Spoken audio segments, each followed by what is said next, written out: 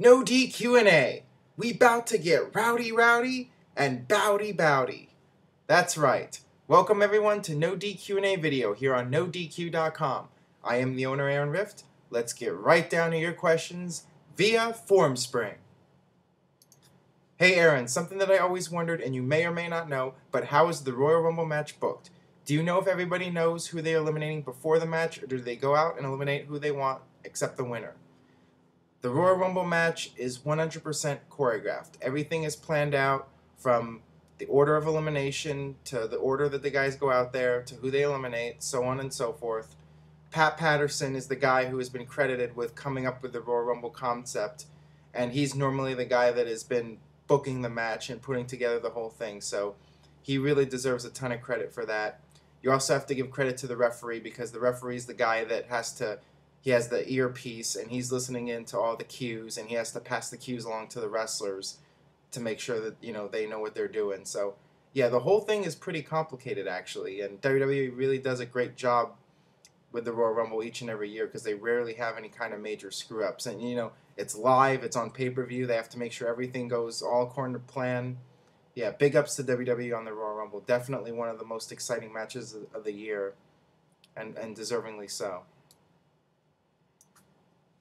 Hey Aaron, what's your top 3 wrestling games? Mine are RVS, I think you mean SmackDown vs. Raw, 06 and 08, and SmackDown Here Comes the Pain. Okay, my all-time favorite wrestling game is No Mercy on the N64. I just thought that game was so awesome back in the day. The fact that you could go in all the backstage areas. I love the game engine. It felt very realistic. The grappling and the strategy with that game, just really good stuff. And I like the fact that you could change the characters. Like, I made Steve Austin the ringmaster. I made Farouk white. I made Bradshaw black. I did all sorts of weird things on No Mercy. I had so much fun with that back in the day when I was a kid. And number 2 and number 3 would be number 2 would be WrestleMania 19 on the GameCube, and that was where NoDQ&AV was first formed on that game. Just I loved the whole what was it called, revenge mode or something like that. It was where you would go in like all these different weird places, like the harbor and just all these different areas where you'd wrestle and try to throw the guy off the ledge. I thought it was really awesome. I know it got a lot of criticism from some people, but it was fun for me, and it was fun to implement it into the NoDQ&AV, which was originally, as some of you know, was a fantasy video game league that was featured on NoDQ.com back around 2004, 2005. And yeah, people would always ask me, like, what game is that? What game is that? So I think I was actually helping them out a lot, promoting the game through NoDQ&AV. And then, of course, on the topic of NoDQ&AV, my third favorite game would be Day of Reckoning. Unfortunately, it all went downhill from there. I was not a big fan of Day of Reckoning 2, and never was really a big fan of the SmackDown vs. Raws. I just thought they were not realistic enough, and the fact that you would like jump on a ladder and get up there in like 2 seconds, it was too much of like an arcade type of wrestling game. Whereas the Day of Reckoning and going back to No Mercy, those games felt very realistic to me, and that was the big difference that I thought between the SmackDown vs. Raw and the Nintendo games. Could we see Rock vs. Stone Cold in one more match? Highly unlikely. What are your top 5 worst matches of all time? Well, I think the worst match... Why is my cat up there? What the hell is she doing? I don't know. NoDQ, or not NoDQ. YouTube.com/thecatdiaries. You can check her out. She hissed at Justin Bieber in one video. Pretty funny stuff. Anyways, back to the question. I think the worst high-profile match of all time would be Hulk Hogan versus Ultimate Warrior at Halloween Havoc 98, and Warrior in a recent video even said that was the worst match of all time. Some of the other really bad matches I can remember, I don't know if you guys know the pay-per-view Heroes of Wrestling. There were a couple of really, really bad matches on that pay-per-view. That whole pay-per-view was just... I think they dedicated a whole episode of Botchamania to that pay-per-view. And... trying to think. Okay, there was one in 2002, a Raw match with Jackie Gata, and I think she botched so many moves that they sent her back to developmental after that.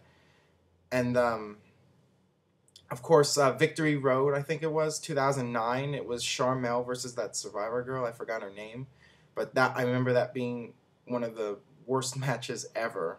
So yeah, there's at least 5 matches right there. You guys should check them out if you dare. Do you think Mark Henry will finally win a world title? Well, considering he's been with the company for how long has it been? 15 years. I could see them just giving it to him as like a thank you for, all of his hard work, but I think there would be no real logical reason to give him the title, but it could happen. WWE could always want to, swerve everybody, and since the titles change hands every month as it is, it's a good shot. Do you think Mark Henry will beat Randy Orton at Night of Champions, or will WWE hand Randy Orton another win? Well, yeah, I mean, one would think Randy Orton's just going to go right through Mark Henry and move on to the next challenger, but like I said just a moment ago, the titles could change hands at any time. That's just how WWE operates. And, they could think that Randy Orton winning is too predictable and therefore want to swerve everybody and have Mark Henry win it for a month. Who knows? Maybe Mark Henry will get it. They've been pushing him really hard. They had him take out Big Show. They had him take out Kane. I thought he was going to lose at SummerSlam because he's on his way out. Sheamus is the one who's got his career ahead of him. But Mark Henry won. They're giving him the big push. He's been with the company for 15 years. Maybe it's his time. Maybe it's his time. In your opinion, is there anyone you could think of from TNA that might want to jump ship to WWE? How about everybody? I mean, come on now. I like how some of these people on YouTube are saying, there's no way Kurt Angle is going to go back to the WWE. You have no idea what you're talking about. Please, guys, get real. Hey, Aaron, do you think The Miz should take on The Undertaker at WrestleMania 28? Personally, I think it should happen. It would be a good match, and it could turn The Miz face. Doubt that match is going to happen. First of all, is anybody really going to believe that The Miz can end Undertaker's streak? Come on now. Not a good idea, in my opinion. The Miz, he's great and all, but they need to put somebody in there who fans really think has a legitimate chance of ending The Undertaker's winning streak, and The Miz is not that person. Sorry, Miz. Do you think we will ever see WWE returning to TV-14? If so, when? Okay, here's the situation. Back in the late 1990s, WWE was losing the ratings war to WCW. Vince McMahon was losing all of his stars to Ted Turner and Eric Bischoff. He had to do something different. He had to take a huge gamble, and that gamble was making the product edgier. Vince McMahon was thinking to himself, this is the one thing I can do better than WCW, because they're under the Turner umbrella. There are certain things they cannot do. We can push the envelope. We can have more blood. We can have more profanity. We can have more violence. And that's what WWE did to stay in business. They had to. They had no other choice. The wrestling landscape has changed greatly over the past 10, 15 years. WWE has tons of sponsors. They're not going to risk losing those sponsors.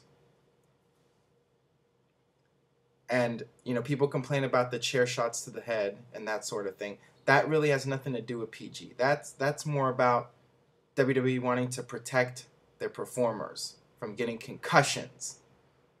There's a safety reason behind it. So WWE, they still have profanity. They still say ass and bitch. They still have the occasional blood. They just tone down the product a little bit because they do not need to take the risks. And, they're looking out for the safety of their performers. I think we were all spoiled rotten by the Attitude Era with guys taking so many risks, WWE and WCW playing a game of can you top this? The landscape has just changed. And unfortunately, that's just the way it is. Thoughts on Zack Ryder? Are you serious, bro? I love Zack Ryder. I support him everywhere I go. At Coachella, at the Los Angeles Memorial Coliseum,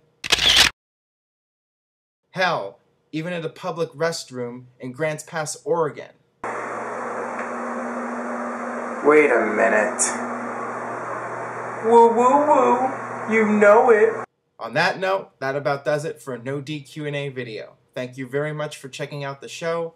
You can leave a comment at youtube.com/NoDQCAW. And here's my question for you. Will Zack Ryder ever be in the main event at WrestleMania? Let me know what you think. And that about does it. You can also submit questions at formspring.me/AaronRift. And on that, we'll see you next time.